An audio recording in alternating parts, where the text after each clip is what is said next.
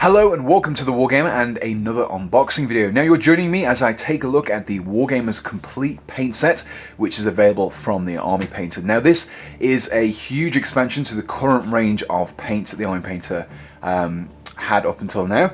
And if you watch my videos, you will know I'm a big fan of the Army Painter. I use them quite extensively in my bolt action and Tari's tutorials, for example. And whilst I really like the paints themselves, there is one limitation, and that is the amount of colours that you get in the range. Now, whilst you get your main colours, your reds, your blues, your greens, are all kind of taken care of, some of the more subtle blends, such as the oranges and some of the yellows as well, were a little bit lacking. And for example, if you wanted a greenish grey for use on your bolt action Germans, you kind of had to mix it yourself, and mixing paints can become a bit of a pain, especially when you want to paint quite a few miniatures. So what they've done is they've looked at the range, they've seen where the holes are, and they've filled those holes with some new paints, and they've also added in some of the paints that have been released as part of their specialist sets that they've done for Kings of War and also Zombicide as well, and a few others. So this set contains the current entire range of war paints for the Army Painter. There's 124 paints altogether, and that is a mixture of inks, metallics, standard paints, and effect paints as well. And I'll be looking at the new ones in this set. Now, instead of picking out those paints individually, putting them on a miniature or some paper and saying this is the colour and this is how they work, instead of doing that, which will probably get very, very boring very quickly, I will instead be demonstrating the new paints in some tutorials that I have planned in the coming months. And I'll actually be showing you what you can use them for and what kind of miniatures. So it's probably a little bit better application of them rather than just them being used in a vacuum. But I will be going through picking out which paints are new, which paints are existing, things like that, so you can get a good idea as to just how much the Army Painter have added to their existing range. So let's get started by taking a look at the matte paints.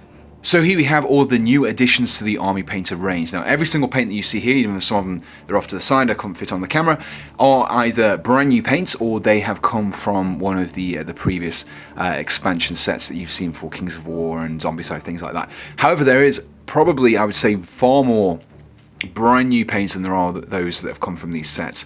We've got some excellent variations in colours. We've got some really nice colours that I haven't really seen before, such as these. We've got Elemental Bolt here, which is a nice pale green, kind of a turquoisey colour.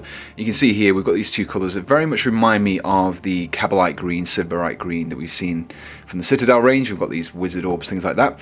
There's a few paints in here which are really great if you are a historical wargamer. For example, you've got these nice dark greens from Cultist Robe, and there's also Venom Worm, which is this nice kind of muddy green colour, and we've also got Field Grey somewhere, which is one of the ones I've been actually really excited. Oh, there we go, right at the front here. We've got this nice greenish grey colour that would be perfect for painting some German uniforms. So there is lots of variations in colours. It's not just one particular range to be focused on, but there is some colours which are very lacking in the previous range. For example, we've got the purples right at the back here, and the purples and pinks, and these were kind of overlooked in the previous sets. There wasn't really many purpley paints, but there's actually quite a few here, quite different shades. We've got different intensities of colour as well. We've also got a few oranges as well. Again, that's another paint which you haven't really seen much of in the previous range.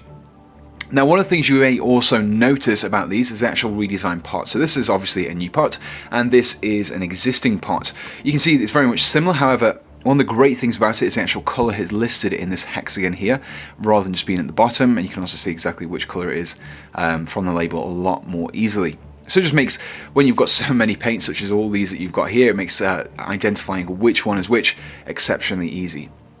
So the matte paints that we have here make up the vast majority of new paints that we get in the new Army Painter range, and there is over 60 paints here, so it really is very much a massive increase in the range of paints that the Army Painter currently do. So that's all the matte paints we looked at. Let's take a look at some of the new inks. So here we have 3 new inks that have been added to the Army Painter range. First of all, we have Military Shader, which is a kind of a softer green colour, not quite as harsh as the green tone ink that we've already seen. It's great for washing over khaki, things like that. We also have Light Tone ink, which is a nice reddish brown, somewhere between soft tone ink and the red ink that we've seen before. And I've actually, in the past, mixed those two together to create a kind of a normal skin tone colour, and this is actually quite a nice colour. It's slightly reddish brown in its colour. Now, mid-brown is actually lighter than soft tone ink. It's more of a sepia colour, so if you apply it over bone colours, things like that, it will work really nicely. So those are the 3 new inks that we've got in the Army Painter range. Let's move on to metallics.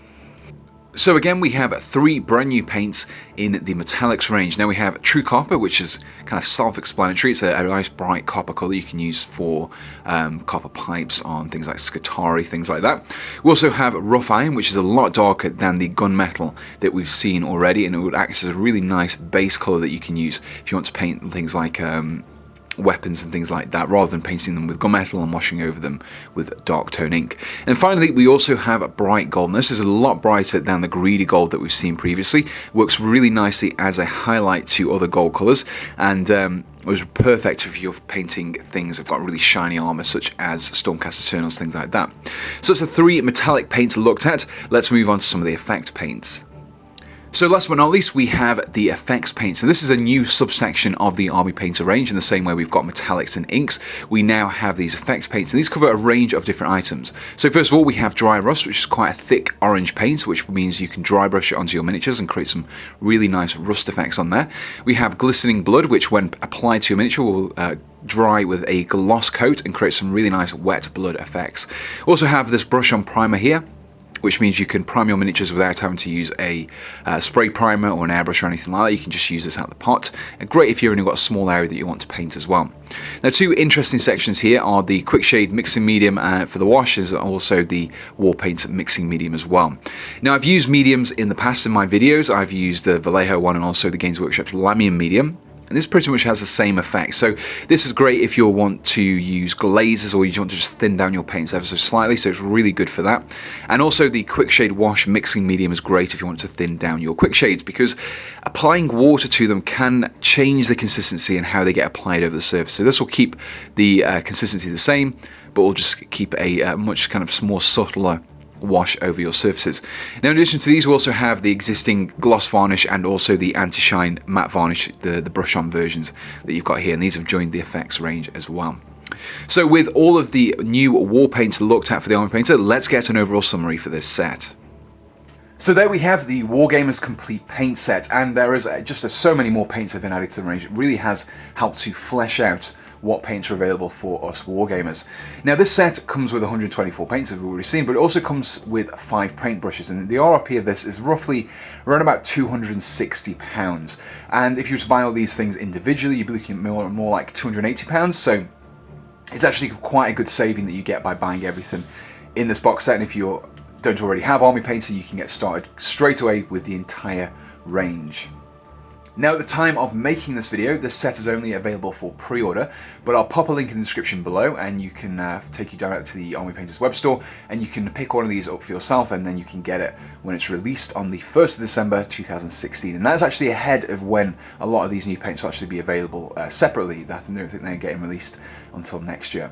So, if you enjoyed this video, please do let me know in the comments below, and also subscribe to be kept up to date with when I actually start using these paints in my future tutorials. So until next time, thanks for watching, and goodbye.